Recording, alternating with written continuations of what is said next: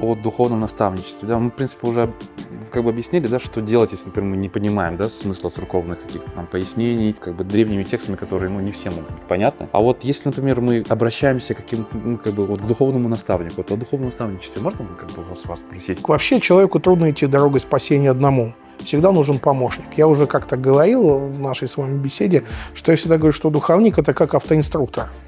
Я такой вот пример привожу простой. Человек, который первый садится раз за машину, нужен обязательно человек, который ему подскажет, поможет что-то, да, расскажет о правилах. У инструктора, да, помните, в учебной машине есть своя педаль. Да.